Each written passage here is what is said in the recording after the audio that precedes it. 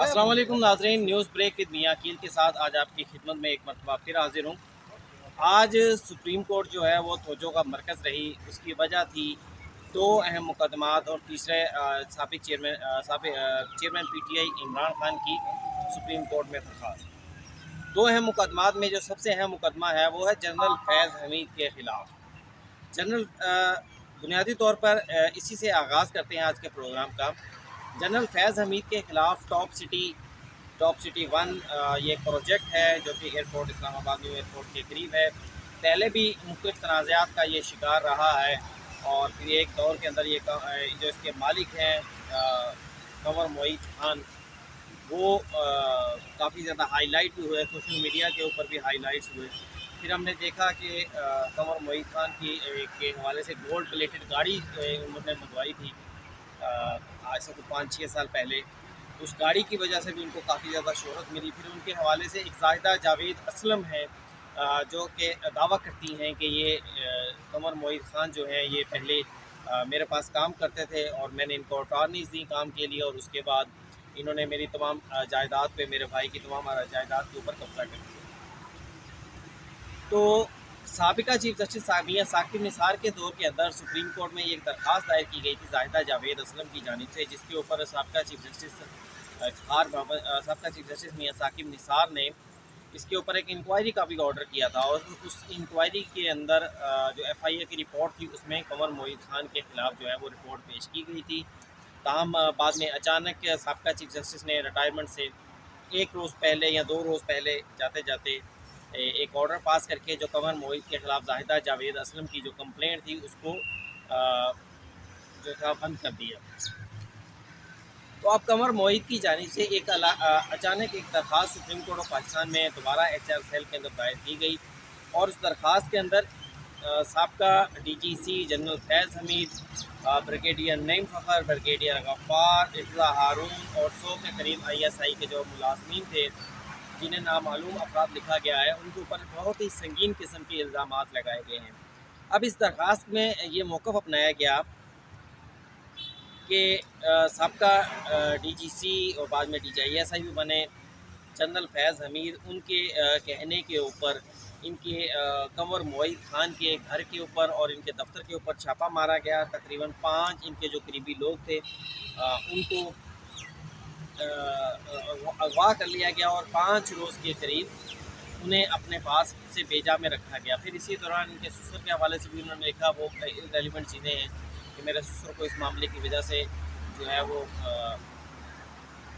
उनको भी cancer diagnose हो गया। फिर अहलिया का भी लिखा कि अहलिया की भी तबीयत ख़राब होगी। फिर उन्होंने इल्ज़ाम लगाया है कोई 400 तोले सोने का, कि जनाब 400 तोले सोना था, कुछ कैश थी, भारी रकम कैश का वज़ाहत जो मेरे पास कंप्लेंट है उसके अंदर कैश का ज़िक्र नहीं है। उस तरह से कैश लिखा ज़रूर गया है लेकिन ये नहीं बताया गया कि कितना कैश जो है वो उठा लिया गया।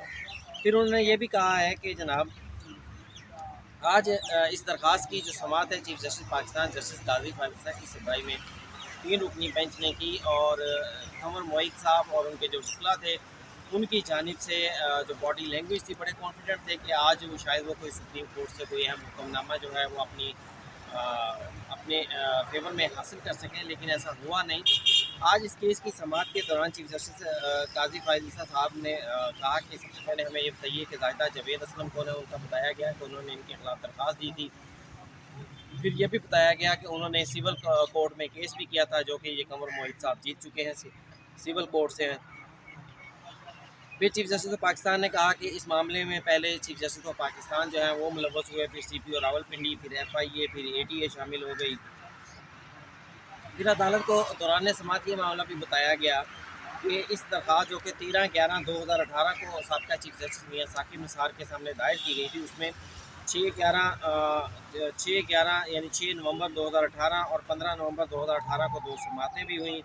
चीफ जस्टिस मियां साकिब निसार ने दोनों फरीकैन को सामने बुलाया, बिठाया, उनसे सवालात किए। तो फिर चीफ जस्टिस तब्दील हो गए। चीफ जस्टिस ने जाते जाते ऑर्डर पास कर दिया, और इस केस के अंदर जो सबसे अहम चीज़ है वो है कि चीफ जस्टिस काजी फायदा ने अदालत को हुक्म दिया है पहले तो अदालत ने ऑब्जर्वेशन दी कि कोई भी चीफ जस्टिस अपने चैम्बर के अंदर किस तरह पार्टीज़ को बुला के सुन सकता है, ये कौन सा इख्तियार है। चीफ जस्टिस अतर मिर्ज़ा ने इसके हवाले से बड़ी सख्त ऑब्जर्वेशन दी और फिर चीफ जस्टिस काजी फाजिसा ने भी कहा कि कोई भी चीफ जस्टिस कार्रवाई का हुक्म जो है वो नहीं दे सकता, वो सिर्फ और सिर्फ ये कर सकता है कि चीफ जस्टिस कौन सा बेंच इस मुकदमे को सुनेगा, इस दरख्वास्त को सुनेगा और ये मुकदमा कहाँ कब लगेगा।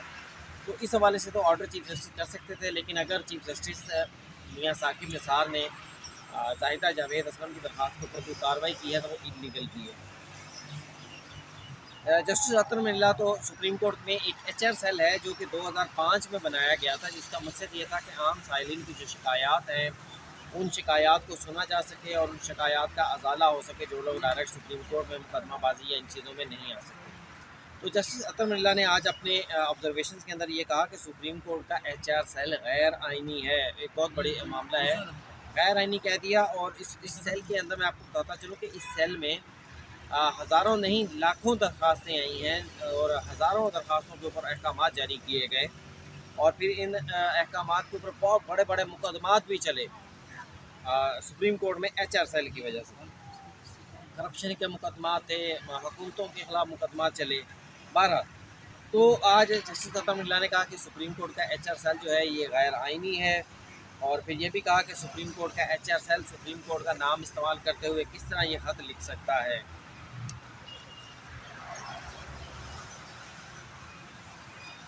HR सेल जस्टिस अतर मिर्ज़ा ने मज़ीद कहा कि HR सेल का कानून के मुताबिक कोई वजूद ही नहीं है। चीफ जस्टिस ने कहा कि ज़्यादा से ज़्यादा अगर चीफ जस्टिस उस वक्त के चीफ जस्टिस चाहते तो वो इस केस को समाअत के लिए मुकर्रर करने का हुक्म दे सकते थे, लेकिन फिर जस्टिस अतर मिर्ज़ा ने पूछा कि क्या सुप्रीम कोर्ट के HR सेल जो है उसका कोई रिकॉर्ड को तबाह भी किया गया है, ख़त्म भी किया गया है, जिस पर DG Supreme Court HR cell ने अदालत को बताया कि साबका चीफ जस्टिस मियाँ साकिब निसार के हुक्म के ऊपर 3,58,000 दरख्वास्तों को जो है वो ज़ाया कर दिया गया, जला दिया गया।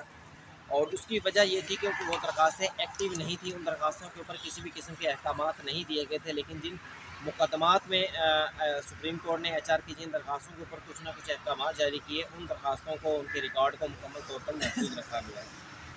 जिसके बाद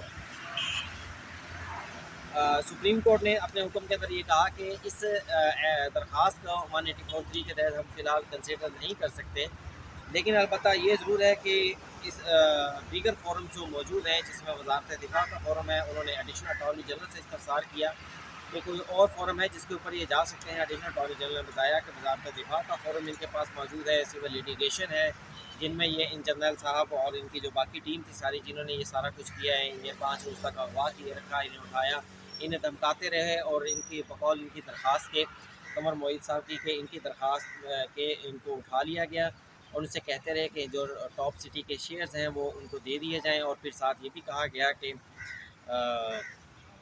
जो आप TV एक कुछ अर्से के लिए लॉन्च हुआ था, बाद में बंद भी हो गया, उसको फाइनेंसिंग करने का भी कहा गया। फिर और भी बहुत सारे मुतालबात उनके 400 तोले सोना का भी इन्होंने लिखा हुआ है, 4 रिगो टोयोटा गाड़ियों का भी जिक्र किया है कि वो भी ले ली गई। बहरहाल इन गाड़ियों का कहा गया कि ये गाड़ियाँ बाद में दे दी गई। तो सुप्रीम कोर्ट ने कहा, तो एडिशनल अटॉर्नी जनरल ने अदालत को बताया कि ये इसके ऊपर वज़ारत दिफा में और दीगर जो जगह है वहाँ पर जा सकते हैं।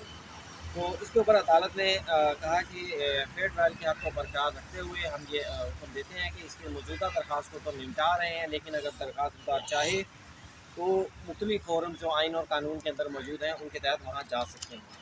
दूसरा नाज़रीन, दूसरा अहम केस है barrier town case. Barrier town case के अंदर सुप्रीम कोर्ट ने आज नोटिस जारी कर रखे थे उन तमाम लोगों को जिन्होंने बैरियर टाउन के बिहाफ पे पैसे जमा करवाए।